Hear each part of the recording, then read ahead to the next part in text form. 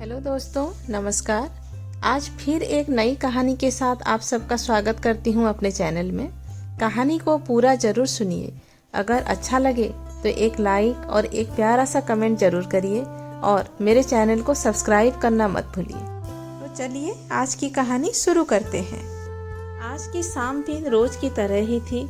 घर के अधिकतर सदस्य अपने अपने कमरों में थे। मैं रसोई में अपना काम निपटा रही थी। अचानक बाहर से मुझे मेरे पति की आवाज सुनाई दी। शायद वो मुझे बुला रहे थे। अभी थोड़ी देर पहले ही वो अपने जिम से घर लौटे थे। आखिर उनकी आवाज सुनकर गैस को धीमी आंच पर करके मैं रसोई से निकलकर अभी बाहर आई ही थी। इससे पहले कि मैं उनसे कुछ पूछती, एक जोरदार थप्पड़ मेरे गाल पर आकर लगा। कुछ पल के लिए सब कुछ सुन्न सा हो गया। ना मुझे कुछ सुनाई दे रहा था, ना ही मुझे कुछ दिखाई दे रहा था। मैं जमीन पर एक तरफ गिरी पड़ी थी, पर उस एक थप्पड़ की गूंज पूरे माहौल में गूंज चुकी थी। घर के हर कमरे में वो गूंज सुनाई दे रही थी। घर के बाकी सदस्य, देवर और ससुर जी भी निकलकर बाहर हॉल में आ गए थे। वहीं जहां ये थप्पड़ मेरे गाल पर पड़ा था, वहीं जहां सासू माँ अपनी विजयी मुस्कान के साथ अपने बेटे के पौरुष पर इतरा रही थी। आखिर उनके बेटे ने उनके कलेजे को ठंडक प्रदान जो कर दी थी। सचमुच आज जब उनका बेटा मेरे गाल पर थप्पड़ लगाकर मुझे कमजोर साबित कर रहा था, तब सासू माँ को अपने बेटे पर गर्व महसूस हो रहा था। आखिर वो उनके दूध का कर्ज जो उतार रहा था। एक जिम जाने वाला बंदा जिसके अच्छे खासे बाइसेप्स हो, वो अगर थप्पड़ मारे तो कैसा लगता है। बस यही हाल मेरा हो रहा था। मैं अस्त व्यस्त अवस्था में जमीन पर पड़ी हुई थी। मुझे ये भी होश नहीं था कि मेरा दुपट्टा कहीं और जाकर गिरा है। मुझे लगा कि कोई तो मेरे लिए बोलेगा, पर ये देखकर ससुर जी बोले, बिल्कुल शर्मो हया नहीं है। यहाँ देवर ससुर सब लोग खड़े हैं और इसके सिर से दुपट्टा गायब है। लोग क्या कहेंगे। राम राम, घोर कलयुग है। कहते कहते ससुर जी भी आप वापस अपने कमरे में चले गए। उन्हें इससे कोई लेना देना नहीं था कि इस घर में मेरे साथ क्या हो रहा है। उन्हें सिर्फ इसकी चिंता थी कि उनकी बहू का दुपट्टा उनके सामने सिर पर नहीं था। ससुर जी की बात सुनकर मेरे पति ने जबरदस्ती मुझे बाहों से पकड़कर उठाया और खींचते हुए कमरे में ले गए और ले जाकर पलंग की तरफ धकेल दिया। सब कुछ इतना जल्दी जल्दी हुआ कि कुछ समझ ही नहीं आया। कुछ देर बाद मुझे होश आया, लेकिन जब तक होश आया तब तक स्वाभिमान तार तार हो गया। मुझे तो यह भी नहीं पता कि मुझे थप्पड़ क्यों पड़ा था। आखिर ऐसी क्या गलती कर दी थी मैंने।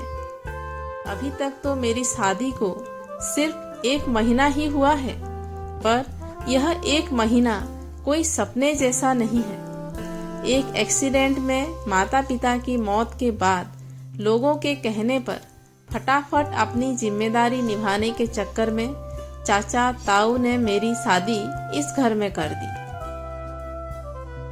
क्योंकि उस संयुक्त परिवार में बेटी मैं अकेली ही थी। चाचा और ताऊ के 2 बेटे थे। पुश्तैनी जायदाद में पिता का भी हिस्सा था, हालांकि वो हिस्सा अभी भी मेरे नाम पर था।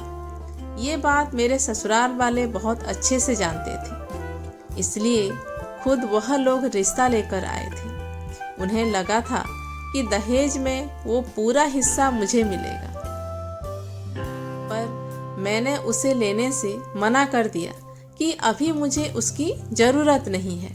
बस यही बात इन लोगों को कचोट गई। ये अलग बात है कि मेरे चाचा ताऊ ने वो हिस्सा मेरे लिए संभाल के रख लिया, पर ये बात मेरे ससुराल वालों को पता नहीं। यहाँ आई तो ससुराल में सासू माँ का बोलबाला था।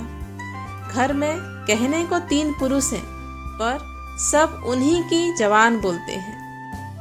थोड़ी देर बाद सासू माँ की बाहर से आवाज आई, अरे ओ महारानी, कब तक आराम फरमाती रहेगी? बाहर आकर रोटियां तो सेक। यहाँ सब कब से भूखे बैठे हैं। आखिर रोती सिसकती मैं अपने दुपट्टे को सही करती हुई बाहर आई। मुझे देखकर मेरे पति ने कहा, अब तो सबक मिल गया होगा। आज के बाद खबरदार मेरी माँ को किसी काम के लिए कहा तो। वो यहाँ किसी की नौकरानी नहीं है। माँ बाप ने कुछ संस्कार नहीं सिखाए हैं इसे। पति की बात सुनकर मन घृणा से भर गया। ऐसा कौन सा काम कह दिया मैंने सासू माँ को करने के लिए जिसकी मुझे यह सजा दी गई। तभी याद आया कि सासू माँ को शाम को चाय की तलब हुई थी, तो चाय बनाकर उनके कमरे में देने आई तो सासू माँ कमरे में नहीं थी, इसलिए चाय टेबल पर रख आई थी। रसोई में आकर आटा गूंथ ही रही थी कि सासू माँ ने चाय के लिए आवाज लगाई। आटे से हाथ सने होने के कारण सिर्फ इतना ही तो कहा था कि आपके कमरे में टेबल पर ही रखी है, ले लीजिए। भला ये भी कोई काम हुआ। 55 साल की औरत इतनी बड़ी बुढ़िया हो गई कि चाय का प्याला भी उठा ना पाई और बेटे से शिकायत कर दी। और बेटा भी इतना समझदार कि इतनी सी बात के लिए थप्पड़ खींचकर लगा दिया। अभी 1 महीने पहले तक इनके घर में ऐसे कौन से नौकर चाकर लगे हुए थे जो इनकी माँ काम नहीं करती थी। बहू के आते ही अचानक क्या हो गया। मन में कई विचार उबाल मार रहे थे। अगर जवाब नहीं दिया तो जिंदगी भर भुगतना होगा। पूरे शरीर के नस नस में गुस्सा दौड़ रहा था। इतने में सासू माँ ने फिर कहा, अरे क्या बुत बनी खड़ी हुई है, जा जाकर रोटी सेक। मुझे वहाँ खड़ा देखकर पति भी मेरे पास आकर बोले, माँ लगता है इसको अभी भी समझ में नहीं आया। वो तो ट्रेलर था, इसको अभी पूरी पिक्चर दिखाता हूँ। माँ जरा दरवाजे के पास जो लाठी रखी है वो देना। आज इसे बता ही देता हूँ कि ससुराल में कैसे रहते हैं। इससे पहले कि ये कुछ कर पाते मैंने खींचकर थप्पड़ इनके गाल पर रसीद कर दिया। मेरी हरकत से सभी लोग हैरान हो गए थे। कुछ देर के लिए उस थप्पड़ की गूंज ने सभी को चुप करा दिया, पर उस चुप्पी तोड़ते हुए मैंने कहा, अपनी बूढ़ी माँ से काम कराते हो तुम? शर्म नहीं आती या संस्कार बेच खाए? तुम्हारी बूढ़ी माँ ने कुछ सिखाया नहीं तुमको कि ऐसी बूढ़ी औरत से काम नहीं कराते? अरे जिसको एक कप उठाना भारी हो गया उससे तुम लाठी जैसी भारी चीज उठवा रहे हो। मेरी बात सुनकर गुस्से से मेरा पति अपने गाल सहलाते हुए मेरी तरफ देख रहा था। तभी सासू माँ फुंकार कर बोली, तेरी इतनी हिम्मत कि मेरे बेटे पर हाथ उठाया? कैसी औरत है तू? अपने पति की इज्जत नहीं करती? बेहुदा औरत, लोक लाज के लिए ही सही अपने हाथ को काबू में नहीं रख सकती थी? सासू माँ आप तो बड़ी महान है। जब बेटा बहू को थप्पड़ मार रहा था तो वो उसकी मर्दानगी थी। अब बहू ने पलटकर थप्पड़ मारा तो बेहूदगी। मैं बर्दाश्त करने वालों में से नहीं हूँ। तभी ससुर जी भी चिल्लाते हुए बोले, इसे घर से धक्के मार कर निकालो, माँ बाप तो है नहीं। देखते हैं चाचा तो कब तक घर में रखेंगे। शर्मो हया बेच खाई इसने। अरे चाचा ताऊ तो रख लेंगे, लड़की की शादी की है, बेचा नहीं हमने। हिम्मत कैसे हुई हमारी बच्ची पर हाथ उठाने की? माँ बाप नहीं है तो इसका मतलब यह नहीं है कि जो आएगा वो तुम करोगे। अचानक पीछे से ताऊ जी की आवाज आई। पलट कर देखा तो चाचा जी, ताऊ जी और उनके बेटे खड़े थे। उन्हें अचानक घर में देखकर सबकी बोलती बंद हो गई। तभी चाचा जी बोले, हम तो सोच ही रहे थे कि त्योहार नजदीक है, अपनी बेटी को लिवा लाते हैं, पर यहाँ तो माहौल ही कुछ और है। हमने बेटी मारने पीटने के लिए नहीं दी आप लोगों को। अरे नहीं नहीं, आपको कुछ गलत फहमी। ससुर जी ने बात को संभालने की कोशिश की, पर ताऊ जी ने हाथ दिखाकर रोक दिया। ले जा रहे हैं हमारी बेटी को, अब सीधे कोर्ट में ही मिलना। बहुत बड़ी गलती की तुमने इसे बिन माँ बाप की बच्ची समझकर।